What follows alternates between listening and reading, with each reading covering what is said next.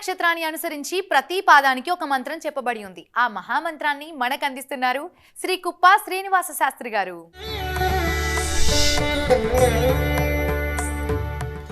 నేడు మనము పూర్వాషాఢ నక్షత్రం యొక్క మొదటి పాదములో జన్మించినటువంటి వాళ్ళు తమ పేరు బు అనే అక్షరంతో మొదలయ్యే వాళ్ళు పఠించాలి.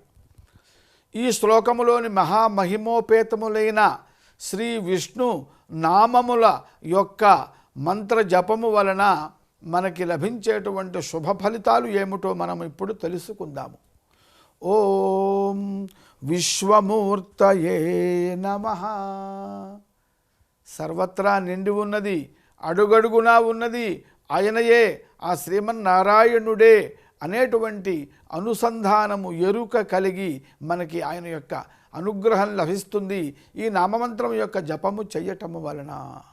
ఓం మహామూర్తయే నమః.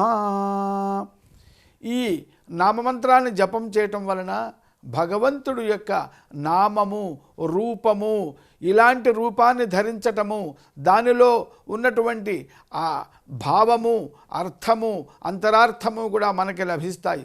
శ్రీ మహావిష్ణువు అనగానే చతుర్బాహువులతో శంఖచక్ర గదాది ఆయుధములతో మనకి దర్శనమిస్తాడు. వాటి యొక్క అంతరార్థము మనకి అర్థమవుతుంది ఈ నామమంత్రము యొక్క జపము చేయటము వలన. ఓం దీప్తమూర్తయే నమః. ఈ నామమంత్రం యొక్క జపము చేయటం వలన భగవంతుని యొక్క చైతన్య స్వరూపము, అదే జ్ఞానస్వరూపము, అది మనకి అర్థమయ్యి మనము కూడా చైతన్యవంతులము, జ్ఞానవంతులము అవుతాము.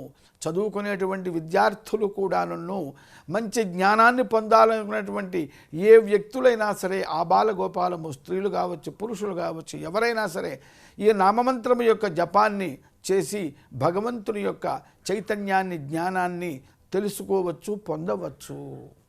ఓం అమూర్తిమతే నమః.